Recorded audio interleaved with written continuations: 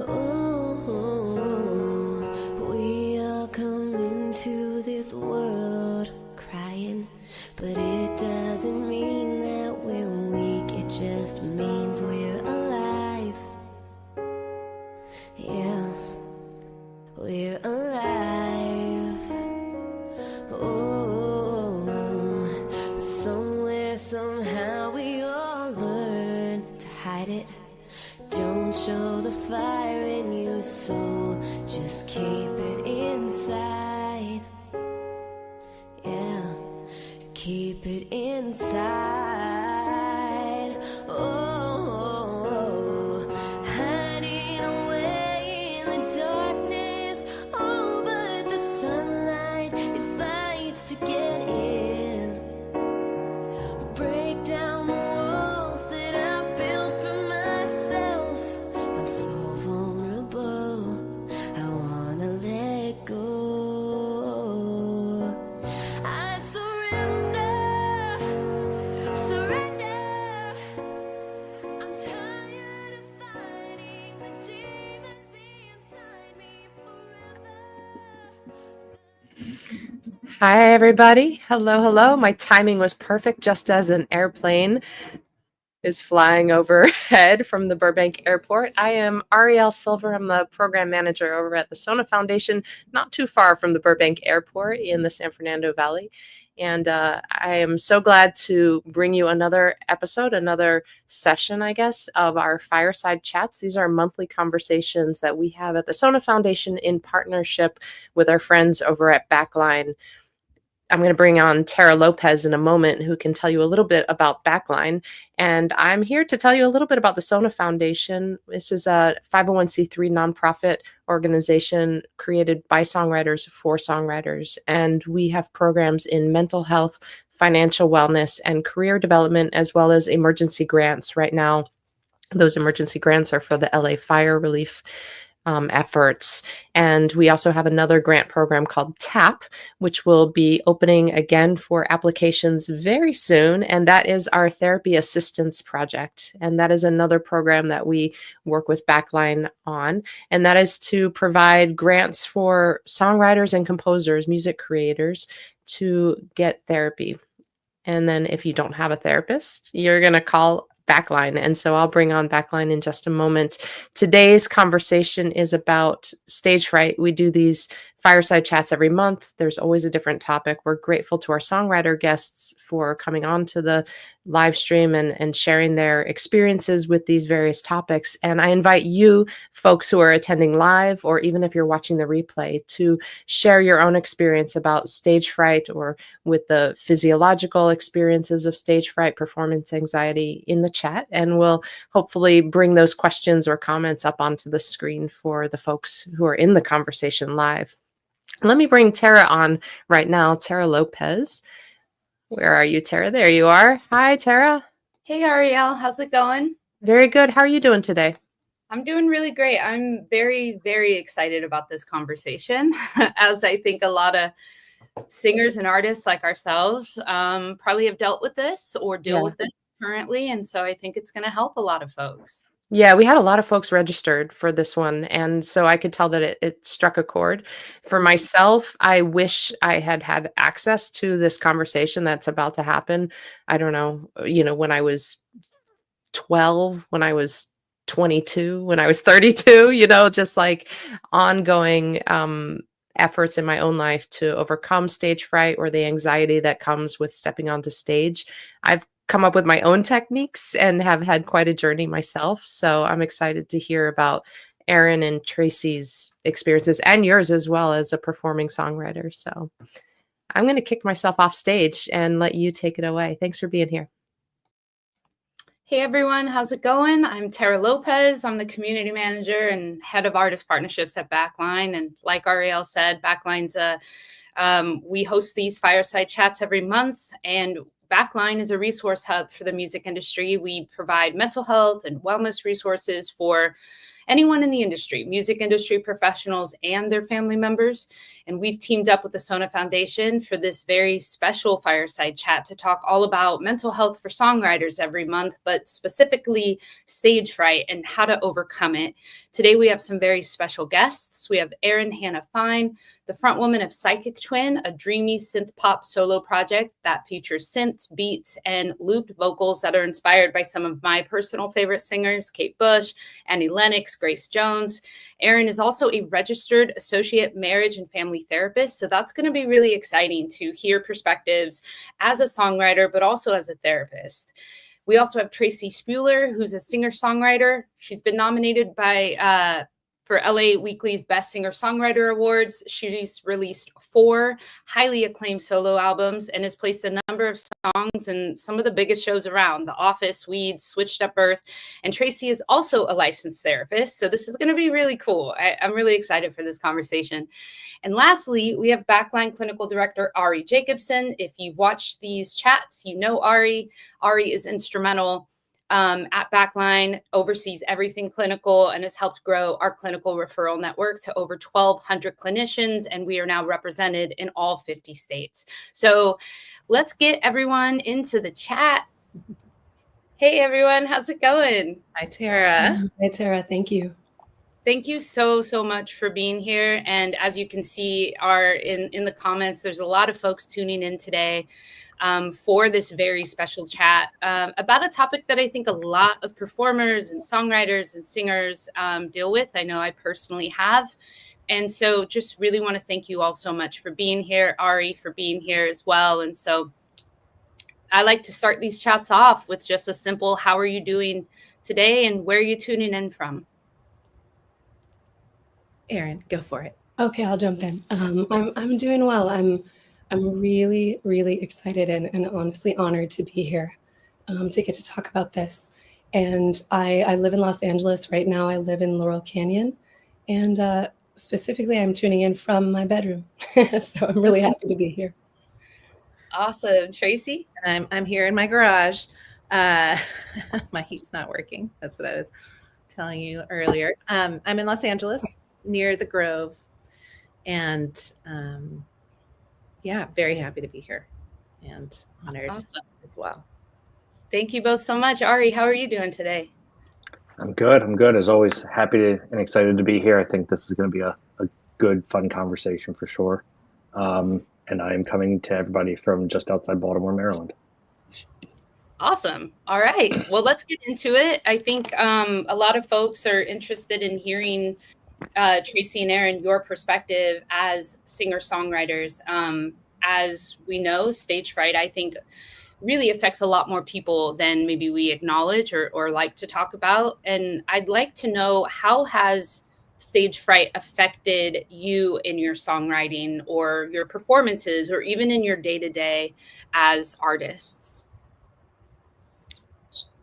Should I jump in, Tracy? Go for it. Yeah, I can absolutely speak to that. One of the reasons why I was so excited to join in this conversation is because I have struggled with stage fright myself for my entire career as a musician. And I was thinking about this as I was preparing, that I've been fortunate at this point to play some incredible sort of giant, like festival-sized shows, all the way down to our beloved, 7-person in a cool, weird club shows. And I experienced the same degree of stage fright regardless of the size of the show. So it's just something that has affected me deeply in a variety of different circumstances. And the way that it showed up, especially before A, I became a therapist, and B, before I had any support for how to deal with it, was I just became overwhelmed with the symptoms of anxiety. I didn't have any tools for how to deal with it. And if I can speak vulnerably for just a moment, I utilized alcohol to handle it, to be able to go on stage. And of course, over the years, that's not an easy thing to sustain when you're touring year after year after year. So it had a profound impact on my life. And until I got support, I don't know that I was ever really able to fully drop in as an artist and just be present and like feel the joy of performing the way that I can now. So yeah, a pretty long-standing and profound impact on my life for sure as an artist. Thank you so much, Erin, for being vulnerable. I think a lot of folks on this chat and in attendance can probably really resonate with using, whether it's alcohol or substances, to kind of get through, especially if you're on the road. That really resonates. Tracy, what about you? How has stage fright affected you? Well, all of what you said resonates for me, Erin. Mine started like when I was 3. Back in the day, I started playing violin, and we had recitals, and I would just get up on the stage and run off. And that was like it was, fight or flight. It was like flight for me. And then I just kind of like learned to push through, but it was always terrifying, and my body would shake. There was so much anticipation before going on stage. And then I ended up in college. I played fiddle in a band. And when we started performing, I would turn my back to the audience. And that was my way of dealing with it. Just to not see anyone, no eyes looking in my direction. And then I, moved through that a little bit, but every time, and then I became a singer-songwriter just to torture myself even more. And then started doing open mic nights, which was so terrifying because it was like one or two songs, and then you had to get off. And what I learned was, for me, like a full set was so much better because the first 3 songs would be awful. But then I would settle in. And so at least knowing, if I was doing a full set, I would have some experience of just being super present and embodied in the moment. But it's like I always structured everything around the anxiety, because I knew I couldn't play like a picky song because my hands would be shaking. So there was like, there's that piece of the like physical manifestation of the anxiety, like during performance, but then also I feel like it has such an impact beforehand, because it's all the anticipation, the worry, the time, the energy, the thoughts, the rumination,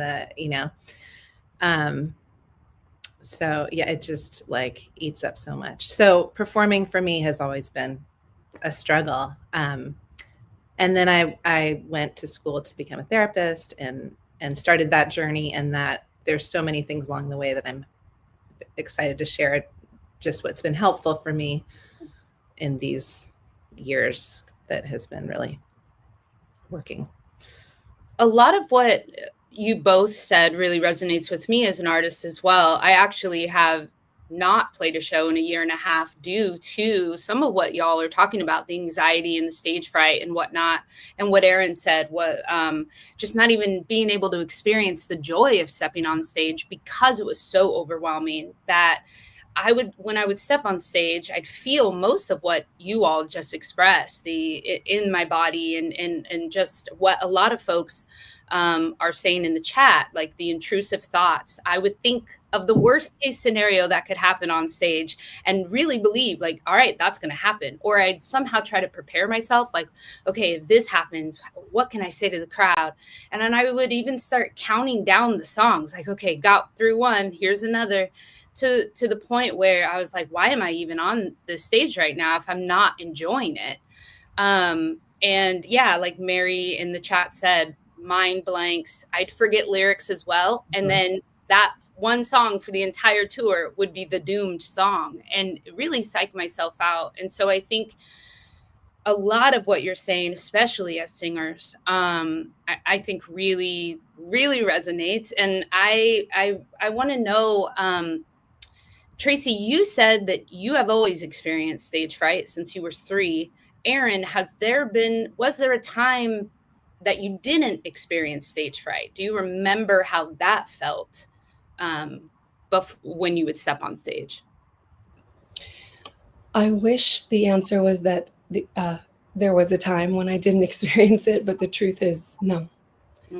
No, it was always there. I think maybe an interesting way to answer the question, though, and that kind of infuses some hope into the conversation, is that what has happened, though, since becoming a therapist and also just having a therapist myself and getting support, how do I deal with anxiety? What is this thing, moving through my body like this? Now my relationship to anxiety and to stage fright has changed. Whereas early on, the method was, okay, here it is. I saw a comment pop up, like my vocal cords are tight. I can't hit the notes I need to hit. I've got crazy racing thoughts. All kinds of bizarre things are coming in, And the idea was sort of tell myself to just, like, Erin, just calm down. Why can't you just calm down? Never worked. And then too, of course, what I spoke about earlier, and that sort of trying to numb the feeling away for me with alcohol. So today, and I can sort of briefly touch on some of these things. I'm sure Tracy and Ari, you have all kinds of amazing tools to bring to the table. But I have tools and techniques and clarity so I can meet that experience in this whole new way. So one of the things that comes to mind that made a huge impact is that I used to do everything to push the anxiety away. And the quote that many of you have probably heard, which I think is actually a Carl Jung quote, but I'm not totally sure. Have you all heard the phrase, "What we resist persists"? Yes. Yeah, it's just such a powerful phrase and has so much meaning. But with anxiety, that act of just desperately trying to push it away only profoundly increased it. And so I have a practice now, even right now. I mean, I'm experiencing stage fright right now. I'll be totally honest with you. I feel it in my body, but I'm able to sit with it and actually have, it might sound a little strange, but sort of have a conversation with the anxiety, which is something like, hey, you can be here. It's okay. I know I'm nervous. It's because I think SONA's really cool and Backline's really cool.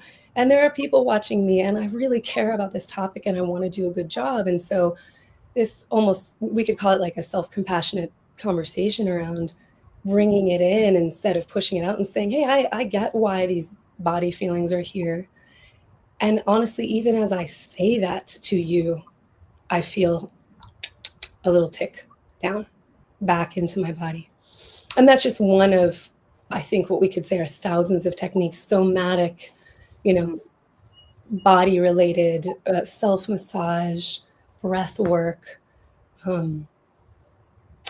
mindfulness practices, which I'm sure you all have loads of experience with. Once you start learning what works for you and what resonates with you, you can get on stage, have the anxiety and think, oh, it's okay. Like I actually can sit with this. I can use some of my tools. I can do it afraid, and still have a good time and not be overwhelmed with it. And maybe I'll end by saying it's one thing to be a human and have anxiety, which we all have because we care. I just saw that comment. It's another thing to be completely overwhelmed and overtaken by anxiety. And so I guess to kind of go back to your original question, I always have it, but today it doesn't overwhelm me like a tidal wave the way that it used to. Yeah. Thank you so much. I definitely want to get into what works for each of you. But first, Ari, I'd like to ask you, the word anxiety has come up a number of times. Is stage fright rooted in that deeper issue of anxiety? Like why do we experience this?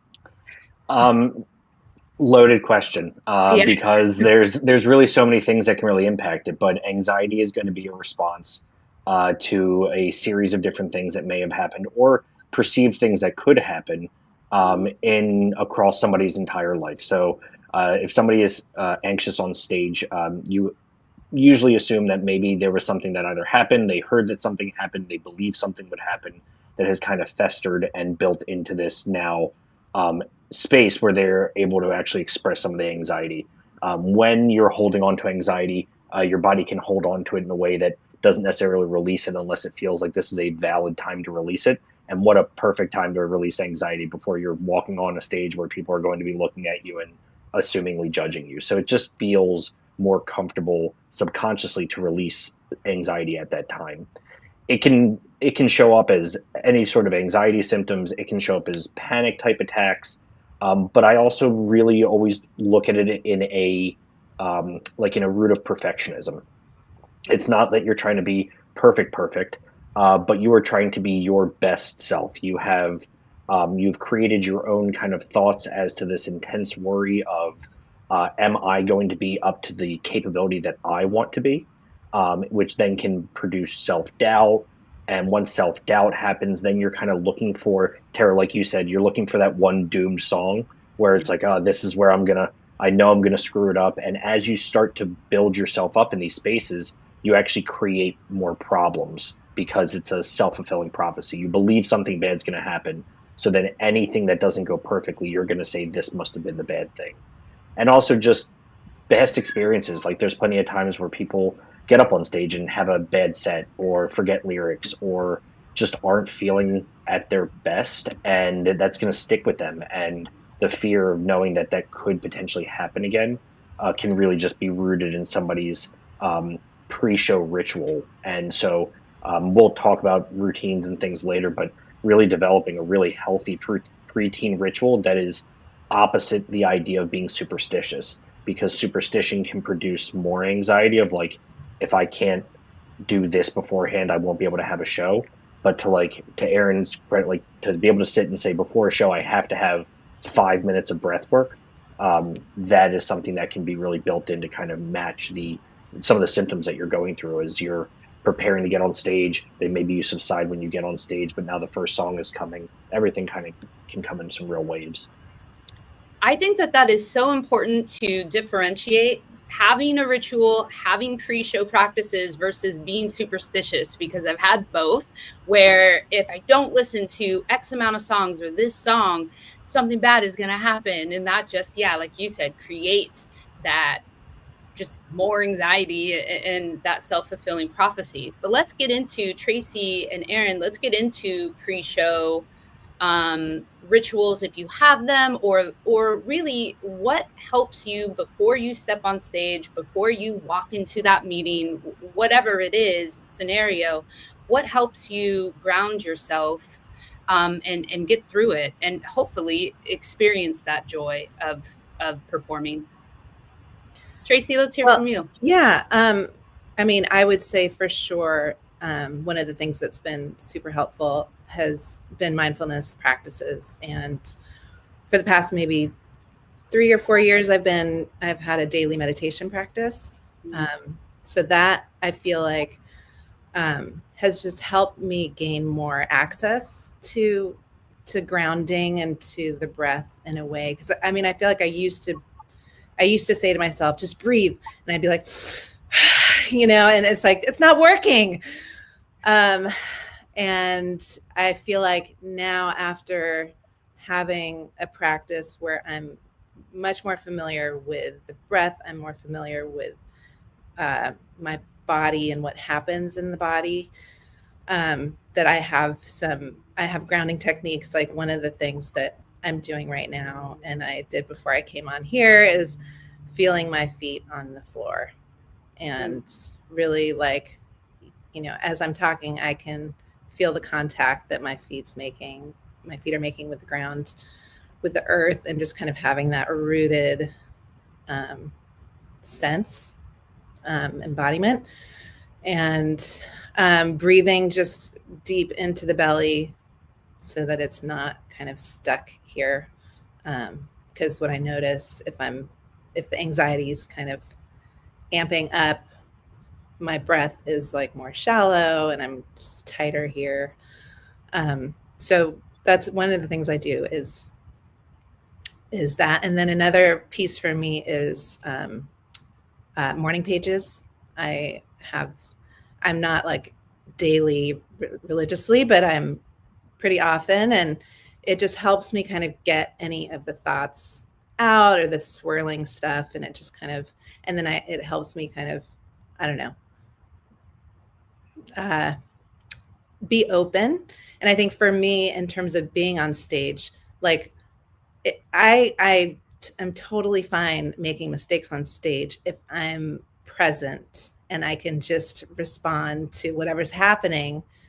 It's only if I'm tight and worried or, future or past thinking, like if I'm just able to be in the moment. And I think that's what mindfulness practices have really helped me be able to do. I love that. Erin, do you also, you kind of got into a little bit of what's been helpful, but like Tracy was saying, daily meditation, mindfulness practices, morning pages. What do you do before stepping on stage to kind of quell any of that? Yeah, such a great question. And Tracy, thank you for all of those beautiful sentiments about mindfulness.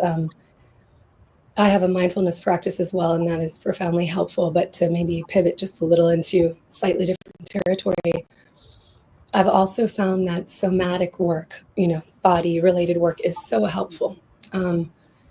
Because I like to call this learning to speak to the nervous system in a language that it actually understands. And it responds really well to touch, it responds really well to scent and smell as well. So, and it's a little different for everybody. And that's what I tell my clients too, is that especially my musician clients and my creative clients, here's where we actually get to engage our creativity and get a little bit excited about, like, it's okay if this technique doesn't work for you. All hope is not lost. We can try so many different kinds until we find like, that's it. That's the one, So for me, some of my, the one techniques are, I've done this a couple times already, but I love just giving myself like squeezes, up and down the arms. I usually do a little bit of work like on the fleshy part of my hand to engage the vagus nerve, which I realize is a whole other conversation, but that's something that engages the parasympathetic nervous system, which the quick explanation on that is that's the part of the nervous system that helps us to slow the heart rate and to come back into the restful place. You can do this super cool ear rub, and it just feels really good. It's like, even if you don't understand the science, it's like, oh God, it's nice to do this for myself. And it just, again, it's like, maybe the anxiety is still there, but these little things just bring it down just a little bit. So I'll do that before I perform. Before this talk, I just jumped up and down and like shook my hands around and kind of, no one was around, which was cool. But it feels really good, and it just gets the body moving, and I kind of push the anxiety out. I'll often do a move like this, just bringing it in and pushing it out. Not so much because I don't want it to be there in a resistance way, but kind of like letting it kind of move through is maybe a better way to explain it. So those are some of the physical things I do. But if I could touch for just a moment on one little piece that might be interesting as well, is there's something that I noticed myself calling reconnecting to the heart of the work. And that's not physical. It's more, back up in this space. But when I get on stage and it's like vocal cords are tightening, I'm really nervous, I'm sweating, all of these really uncomfortable symptoms. I think, Terra, you said there was a feeling of like, why do I put myself through this? Why do I do this? It's horrible. And I remember very distinctly a day where I was asking myself that question. And then I was like, wait a minute, actually, why? Actually, why? Not just like, why do I do this? I hate this, but actually, why? And what came up for me was like, wait a minute. I didn't become a musician because I wanted to be completely perfect, because I needed to be validated all the time. I came to it because it's a little cheesy, but like, I love music. I love the way it sounds. It's fun, it's sexy, it's weird, it's cool. And then I write songs, as so many songwriters do, from the personal place of I'm processing something internal or external. Maybe I want to share a message. So, to be a little more concise, if I can think about like when I'm actively on stage, okay, song starting, what am I actually singing about? And I start to sing from that place of like, I'm sharing about this really tough heartbreak, and I can feel it. And I can see when I do that, you can see it on people's faces. I'm sure you can all relate. They get it. It's something that happens. And then that language that we all speak starts to really work.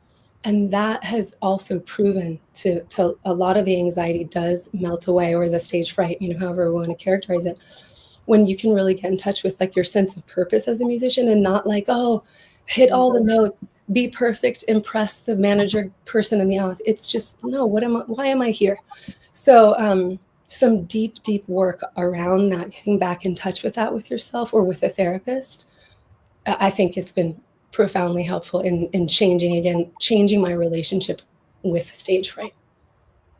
A lot of what you both said really resonates, and I absolutely agree. Just over the last couple of months, I've started rehearsing with a new band, and I've started falling back in love with singing and back in love with the songs, and remembering, like you were saying, Erin, like what did I even write the song about? What is the song about? And why do I even want to be on stage? And it really is just for the act of expression and creating with other individuals. And that has been such a game changer. And another thing that's been really huge for me is, I don't know if y'all experience this, but like you were saying, I think it coming from the perspective of having to be perfect and hitting every note and making sure that there's no mistakes at all. I didn't even experience joy on stage for the songs. It almost felt like a self-imposed torture, if you will. And so remembering to smile on stage, which is, as a woman, I hate saying that, but for me, even if it's smiling to myself, turning my back for a second and just smiling, the act of remembering, like, this is joyfulness right here. Like, I can experience joy. I don't have to torture myself to make these songs sound the way that they should sound. Was huge for me. That was a huge release and mental block. Ari, I want to know, aside from the incredible pointers that Tracy and Erin has sent, is there anything else that folks can do to ground themselves, maybe right before they're stepping on stage, if they're, again, starting to feel that anxiety and intenseness?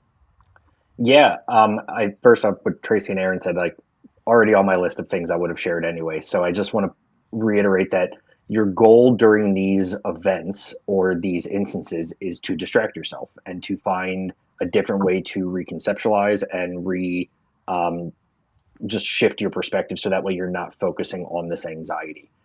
So I love the idea of grounding techniques, especially like you're in a venue. There are a lot of things that can get counted. So it's okay to like step out onto the stage and don't count the people, because that could cause more anxiety, but count how many lights are above the stage. Count how many vents you see that are producing air, how many exit signs, just anything that's going to distract you from focusing on what is kind of producing the anxiety, but also giving your brain something tangible to really focus on. If you go for a walk, you can look at how many street lights, how many lines are painted on the road, how many trees you see outside the venue, just anything that you can really focus on. And then truthfully, while you're on stage, find a comfortable anchor that's out into the crowd, whether it's a venue that you've been to before and you remember a really fun conversation you had over in the back right, like take a glance over there and kind of remind yourself of some of the positives you had, or turn around and take a look at your band, or if you're on stage by yourself, find something on your instrument that you can touch and really kind of feel the texture of it, whether it's the microphone, a guitar, a drumstick. And then if you're there with nothing in your hands, kind of what Tracy said with your feet touching the ground, I also do it with my hands, but I'll rub it on my legs. Mm-hmm. And if you are doing it right now, you are feeling it either in your hands or in your legs. So part of what your grounding technique can be is to now try and feel it in the opposite. When I rub things, I tend to feel it in my hands. So then I would say, okay, now I'm going to try and feel my hands on my legs. And it's just a shift, because once your body notices that it can focus on something else, you will notice that you'll start to subside. Your brain can't technically multitask and do two things at the same time. So it can't be curious and anxious at the same time. It can't be curious and worried at the same time. It just kind of needs to focus on whatever's prominent. So really just giving yourself a reason to be relaxed and to remind yourself, like reframing, I'm not nervous right now. My body is preparing for me to go up on stage, and this is how I get prepared, kind of leaning into it and really embracing the feelings rather than pushing them away, because the feelings are going to come and go. You just gotta have to kind of remind yourself that. I love that. I love the idea of reframing. And, you know, like some folks in the chat have said, it does mean that you care. So trying to reframe it and like Erin said, have that conversation with yourself and just acknowledge like it's okay to feel the anxiety that, you know, and I love, yeah, Ari's just saying like you can't be curious and anxious at the same time. So try to be curious if you can. Tracy and Erin, now you both are also practicing therapists, and I'd like to know how that has that helped, and also, you know, has that helped your perspective? Has that helped your coping techniques with stage fright? Or did you ever see a vocal coach or an outside therapist to get the help? Yeah, I'm happy to go. I saw a therapist, and one of the things that was really helpful was EMDR, which is a type of therapy. It's eye movement, desensitization, and reprocessing. And that was really helpful because one of the things that it helped me get connected with was this this kind of deep, I grew up with this value of modesty and being humble, and that was kind of part of this was like that to the extreme, that being up on stage was kind of somehow contrary to that. I was fighting that.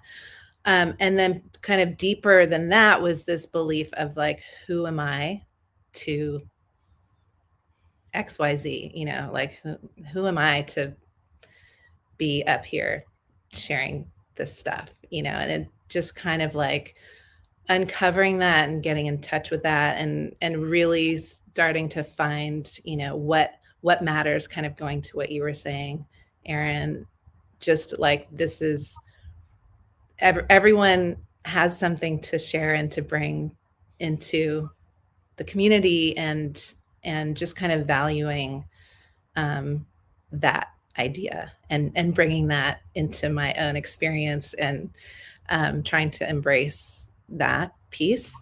And then with EMDR, it's this bilateral stimulation, and it's kind of magic to use a, you know, very technical term, but part of it is also bringing in these resources. So bringing in like a nurturing figure and a wise figure. And so it kind of took me back to that early experience of running off stage and, you know, what did I need? And so it was just like this hug. And so it was just that was just one piece, and that was really helpful. And then later doing an embodiment training, one of the pieces was doing something that's out of your comfort zone. And for me, and strengthening a part of yourself. So for me, like I'm more of I do it fully, and then once it's totally done, I take it out. So it's very like I'm not being vulnerable, you know, in my creative process. So I took an improv class for a year. And that was huge for me because it was so terrifying. But it was kind of that practice and experience over and over again that it's like, say the first thing that comes up. And if it's just totally stupid, who cares, you know? And then you get this response and the yes anding, and it just was, I think that really, you know, like each one of these things just kind of took me like a little bit farther into my, you know, being able to get up on stage and feel just more and more comfortable. And yeah, those are a couple. Wow. Improv class. That's I highly recommend it. Just you saying that gave me anxiety, but that's totally. That is so incredible that you were able to put yourself out there and gain so much from that experience. Yeah. Wow. Erin, what about you? How has, what truly helped you in that sense?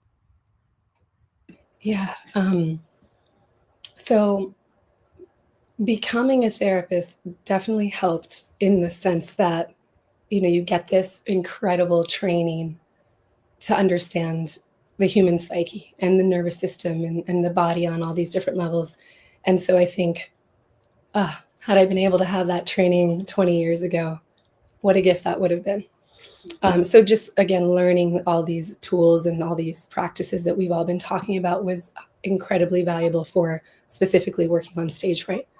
But I did seek support because I was, if we dial back the clock, when I was not a therapist and I was living in New York City, and I was in all honesty, like, I was really struggling. I had gotten signed to a record label, and I had this, oh my goodness, I was going to be going on a tour bus, which you would think it would be this moment of like, I finally made it, and I was terrified. I thought, I'm not going to be able to sleep.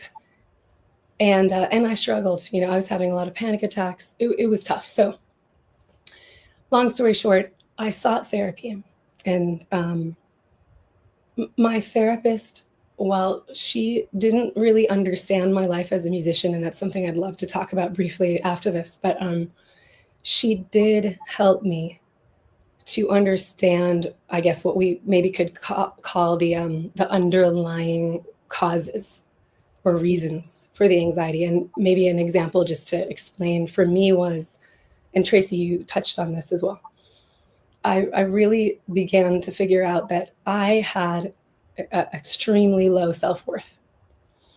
And from the time I was young, part of the attraction to performing was the external validation, the feeling that like, hey, you're all right, you are okay, which felt really good. But you can imagine, and I know my musician clients, this really resonates. I'm sure a lot of folks in here feel it too. If your self-worth is sort of inextricably tied to how the audience perceives you, well, of course you're going to be a total nervous wreck when you're stepping on stage, because you're your whole being is getting smashed if the crowd doesn't get it, which is really painful. I mean, it's painful enough when they don't get it without all of that, it's not great, but we know that it's going to happen. And so my therapist helped me to see, hey, can we pull this apart? What is it like to work on liking yourself, loving yourself, appreciating yourself with all the flaws, whether or not a person, a romantic relationship, an audience actually feels the same? Is it possible? And that's one of the big things that therapy did for me, is to realize I can go on. I've had some stinky shows, I have, and I've left kind of, Charlie Brown, like, but there was something that changed when it was like, hey, you are not bad. This show didn't go great, but you're all right. And something there really shifted for me. So then I guess just to briefly pivot over to the therapist part, many things called me to therapy, but one of them was really that I did have trouble finding a therapist who understood the music industry and all the unique qualities and the schedule, and didn't just say things like, stop touring. That's what you need, right. So I just have to say, like, in discovering the SONA Foundation, now I also have had the honor to receive clients through Backline, and becoming the therapist that I couldn't find, which is, it makes me a little emotional. I strongly encourage any musicians listening, if you can find a therapist who has some experience, check out Backline, talk to me or Tracy. You can really heal with a therapist that does not have any personal experience in the music industry. So I want to make that clear. But there is that layer where, wow, it's really wonderful to get to connect with people that really have just a personal relationship to what it's like to perform. And that feels like a big deal when it comes to finding support, is actually getting to work with somebody who really gets it. So, yeah. I mean, right. It's huge because you get away from having to explain your lifestyle and having to almost justify it sometimes, where I have had therapists that just don't get it. And like you said, we'll say, well, just don't play any shows then if this is how it feels. And it's like, no, that's not what we want. So thank you so much, Tracy and Erin, for speaking on your lived experiences on that. And Ari, I guess it's a great time to kind of segue into, in your experience with Backline and outside of Backline, how can therapy help artists, musicians, songwriters who are struggling with extreme stage fright? So I think the number one thing that therapy is obviously going to do is it's going to help you be vulnerable, but also build out your confidence. Therapy is not an easy process. It's not just sitting in a room and talking to somebody. It's really kind of focusing on some nuances of your own perspective and your own personality, challenging your own thoughts, and really figuring out if the way that you are is kind of the best version of yourself, or if there's other ways to kind of tweak it around. And a therapist is just going to be a great person to do that because they're going to give you an unbiased perspective. They're not coming at it as a friend or a colleague. There's no, they're not trying to help you sell tickets aside from you trying to sell your own tickets. Like, they really just want you to be the best person that you can be. So I think between, there's so many different modalities, and Tracy was already talking about EMDR, which I joke because when I was coming up in therapy school, EMDR was considered hokey and witchcraft, and you weren't allowed to bill for it, and insurance didn't cover it. And 10 years later, now it's like one of these incredible things that it just needed some proof behind it to show that it actually works, and it does. But even, basic CBT therapy of just replacing some negative thoughts, exposure therapy in some cases. So not just throwing yourself onto a gigantic stage and saying, I'm just going to stand here till I feel comfortable, but, realizing that maybe you're going to go onto a stage and taking the first minute or so of just not doing anything, but standing there and taking a couple breaths and just embracing it. And then working from there on your own, like, okay, this is how I responded. This is what I did to calm myself down. But really also therapy is going to allow you to build your confidence to realize you're going to tackle more problems than just your stage fright in therapy. So once you start to see that you can accomplish other goals and tackle other issues, then stage fright just becomes another project that you're working on and another thing that you can really tackle. And you just prove to yourself over and over again with a good relationship with the therapist that you can tackle those things. And if you're not, and there's still an issue with whatever you're struggling with, you're just still working on it. So it just takes some time. Yeah, I mean, I think a line that all of y'all are talking about, self-worth keeps coming up, right? And I think therapy can absolutely help get to the root issue of that for individuals and hopefully help build that self-worth and also that confidence. I will say, along with therapy, I went and saw a vocal wellness coach. So not necessarily a vocal coach, but just someone to get out of my head, start singing with my full body instead of just getting out of the head anxiety space, taking care of my voice and feeling empowered. Like, I know how to do this. I know how I'm taking care of myself to try to quell any of the anxiety around my physical vocal health. And that was huge to just kind of build up that confidence and to know I'm doing the work, I'm showing up every day. And I think that's a huge component to it as well. If you show up every day in some capacity, in whatever capacity you can, that kind of helps build those stepping stones to your confidence. I've at least found as a singer and artist. But I know we only have a couple more minutes, but Tracy and Erin, I want to ask if you could go back and speak to that younger self that was experiencing all of this anxiety before you stepped on stage, what would you tell that person now that you're also a therapist, you have these techniques and tools? What would be your advice? I mean, my first instinct is I would just give her a big hug. I don't know if words, I mean, I guess the words in here as I'm hearing you all talk and there are those of you listening who are also challenged by, performance anxiety and stage fright, that there are ways and practices that can be incredibly helpful. And I find now, I can step on a stage and I can play a picky first song, or I can play one or two songs and it's okay. And it's been a process to get here, but even the process has been just incredibly valuable.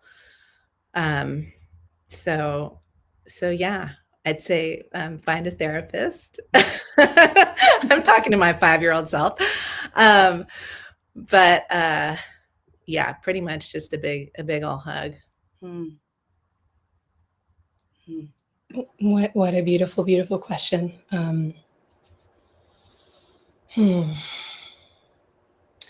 I think that I would probably tell her to not feel so afraid to talk about what's going on. To talk to a friend, to start sharing about kind of the suffering that was happening at the time, because what she would quickly realize is that while she was feeling really alone and isolated at the time, the truth is people all around her were going through the same type of thing.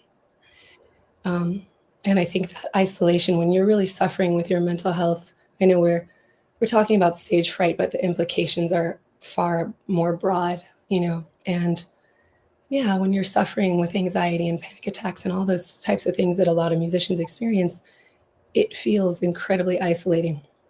So I think I would tell her, like, hey, it's okay, start talking about it a little bit. You'll see, you're going to find your people that understand. And then from there, you're going to find some people that are going to help you. Yeah. And that there's hope. And that if you're willing to work hard, this can change. This can really, really get better. You can go from being someone who was having panic attacks all the time and thought that I had to stop, to someone who can, show up to a talk like this today and be legitimately afraid about this morning, like really wanting to do a good job. Heart was racing. I was pacing, but I also knew, like, I can do this. I've done a lot of work. And then it went really well. I had a good time and I wasn't totally lost in my own thoughts. I was able to look at you all and be connected. And that's, if I could show you all me 10 years ago, I mean, you'd be like, oh my God, this poor human, So I would try to give her some hope that, like, hey, the work you're going to do is going to pay off. It's going to work. Yeah. I think, first off, thank you both so much for that vulnerability. It truly, I think it's going to resonate with a lot of folks. It's resonating with me. And what you said, Erin, about just knowing it's okay to talk. I think sometimes, especially if you're like the front woman or front person of a project, I know for me, I felt like I had to hold it all together because I didn't want my bandmates to have shaky confidence with me or anything. So I felt like, okay, well, they seem all right, so I got to just put on that face and be all right. But like you said, most folks, if not all of us, are going through something. And I think there's so much power in being able to share with the folks that you share space with. And I think it really does kind of alleviate, because once you realize, oh, you're nervous too? Like, okay, cool. Like, we could be nervous. And at the end of the day, it's also like, I've had to remind myself, it's a show. I'll be all right. If I forget the words, one time I did forget the words and I stopped the whole song and I told the crowd, y'all, I'm struggling. And it was actually a really, really beautiful moment. And folks came to the merch booth afterwards and they were like, thank you. I was struggling today too. Like, thanks for just acknowledging that. So I think there's a lot of power in vulnerability. And I think this conversation really showcased that. And I want to thank you, Tracy and Erin and Ari, for sharing your experiences and for sharing your expertise, because all of us are going through it at some point or another. And I think this is really going to help a lot of folks. So thank you all so much for your time today. And Erin, Tracy, Ari, y'all did great. So Thank you so much for going, getting through. If you felt any of that anxiety, like you still showed up and you're really helping a lot of folks by sharing your story. So great job. Thank you, Tara. Thank you. Thank you. And I just want to finish off by also just reminding people who are listening or watching this later that go check out Backline's website for those of you who have never been involved or tried to address any kind of anxiety or stage fright and just don't even know where to start. There's a lot of just very tangible tools and discount codes and things that you will all qualify for like the breathwork app and meditation studios and yoga practices that I just think are a great way to start. They're guided and they just teach you how to do things on a very elementary and simplistic level. So check them out, see what works for you. Some of it feels hokey, but I promise you, some of them are really great. Awesome. Thank you all so much again. Can't thank you enough for sharing the space and the time.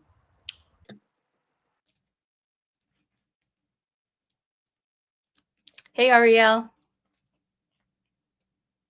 Oh, I think you might be muted. So good. Such a good conversation.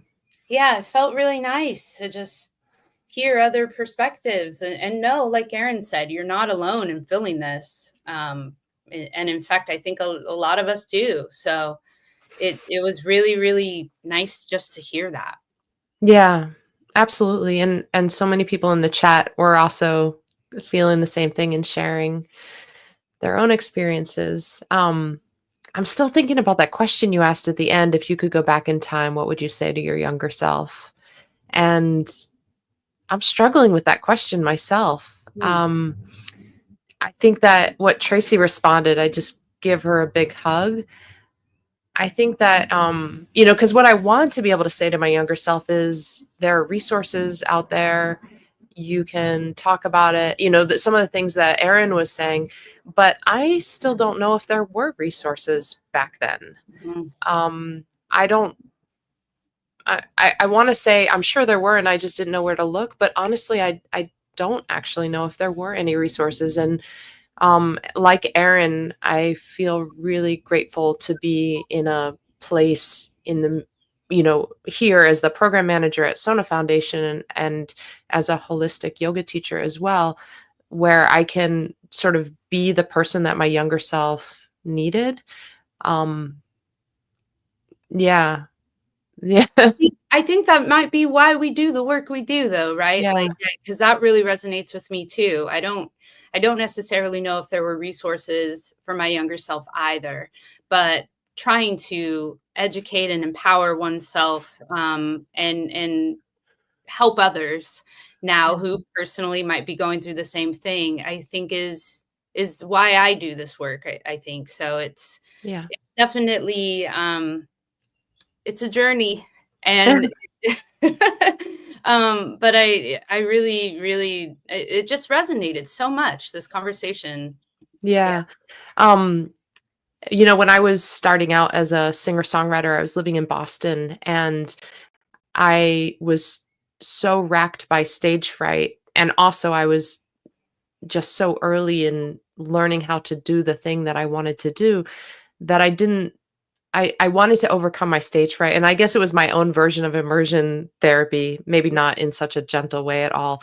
I thought that the way that I could overcome my stage fright is by just performing as much as possible, but I didn't think any venue would have me. And so I started busking on the street and in the subways, and just, so that I eliminated the gatekeepers, because I knew that the thing I needed to do was, or I felt that the thing I needed to do was just perform.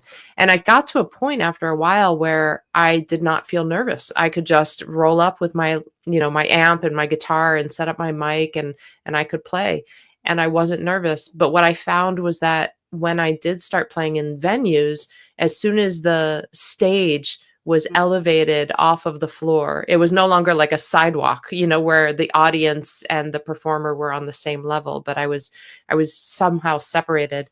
I found that the stage fright was exactly as it had been before. And I think I think that you all kind of got to the heart of that in this conversation, which is that it's not, and Erin talked about it at the beginning, where it didn't matter if she was playing for a large, festival stage or a venue with 7 people. it's not the situation, it's the inner dialogue, it's what's happening in the mind and in the body. And it didn't matter once I changed the situation, that all of that inner dialogue was still there. Yeah. Yeah, yeah, and it's wild for me. When I was younger, I didn't experience stage fright. I Oh. I was fearless, and it's only been over the last, like, 5 or 6 years that I've really struggled with it, and so it's just really interesting, to see the journeys that each individual is on, and what helps, and what helps you might not help me, and vice versa, but it's definitely, this conversation gave me a lot of hope to see, like Erin and Tracy said, like, there is hope. You can get to the other side of it, but it will take work. And I think that's the thing to kind of remember is, there is, there is work to be done, but it's possible, and to enjoy yourself on stage again, and to experience Totally. that love. And that's kind of where I'm at right now personally, is getting there. And it Yeah. feels really, really great to have had this conversation. Yeah, absolutely. I do want to share one thing that did help me about 5 years ago. 5 years ago, I think, maybe just before the pandemic, I played a show. I was thinking about it recently because I met I bumped into someone who had been at that show. I played a show in a theater. It was a completely black theater, and the stage was lit so brightly that I couldn't see anybody in the audience, and um, I was nervous even of course before I stepped onto stage. And when I got onto the stage, I had this experience where I just felt like what I later described as, it felt like the zombies were out to get me, that the whole theater was filled with zombies, and they were all judging, and they were going to eat me alive as soon as I stepped off of stage. And I got off the stage, and I was going down the stairs to the green room, and just thinking to myself, wow, I I don't ever want to do this again. And also, this is the thing I love to do. Like, this is what I want to do. How do I love it if it creates so much suffering? And a couple weeks later, I was talking with a friend of mine, and and I told him about the situation, and he said, as long as your mind is imagining things like zombies, why don't you allow your mind to imagine that in every seat of the theater there's a beating heart, and it's just tender and needs something healed, and you don't know which of those hearts and what line of a song is going to connect, but why not do that? And it changed everything for me after that. Not to say that the anxiety or the physiological experiences, the shaky hands, the voice, all the things, not to say that those never came back, but it was a really big turning point for me to reconnect, as this conversation was talking about earlier, to reconnect with the heart of the songs and what the song is about. And you know not knowing, being curious, like Ari said, not knowing who in the audience needs to hear whatever it is that might happen on the stage that night. And it could be even that thing that you were talking about, like forgetting the lyrics and stopping the song and saying, this is the day I'm having. And it could be that message even. Yeah, I mean, how beautiful that you were able to have a friend to kind of help you reframe this thought, reframe this very scary thing into this really beautiful thing. And I think it really is a lot of that, a lot of reframing the narrative and owning a new narrative, I have found to be very, very helpful. And I just think there's a lot of tools out there that I think could really and will help individuals kind of going through this same thing. But it does sound like a universal thread of that, and just knowing you don't have to suffer alone, and you don't have to suffer. Like, we can get through this. And that, I think that's the biggest takeaway for me, is knowing, like, you can experience joy again on that stage. It doesn't have to be this this idea of torture or of fear. Yeah. Yeah. And even if those resources were not there back Mhm. then, they are here now. I mean, you and I are Yes. right here, Backline and the SONA Foundation, so the resources are here now. It's really great. Once again, thank you, Terra, for facilitating the conversation, for sharing your own experiences as well. And, just being a partner in this program. I really appreciate it. Oh, thank you so much for having us and for the work that y'all do at the SONA Foundation. We're big fans at Backline. So thank you so much for having us. It's the Mutual Admiration Society, right back. All right, Tara, I'll see you next month. All right. Bye. Yeah. And thank you all for being here, for participating in the chat. Really appreciate it. If you are watching on the replay, please feel free to share your thoughts as well and your stories, because no doubt other folks will come by and read what you wrote in the chat and feel, just heartened and find some solace in the fact that they're not alone. Before I say goodbye, I want to let you know, if you are watching this live, it is the first day of spring 2025. And next week is our first music and money event in Los Angeles, first event of season 2. So our first event of 2025, our season 2 kickoff. The topic is writing for film and TV. There are just a couple of tickets left. So don't delay if you are interested in attending. It's a midday luncheon mixer seminar. We have a fantastic panel. So go over to the sonafoundation.com website. That is sonafoundation.com, and go to upcoming events, and you'll see a link for the tickets there. Otherwise, in terms of our next month Fireside chat, it's always the third Thursday of the month, and we hope to see you there. Until then, take good care.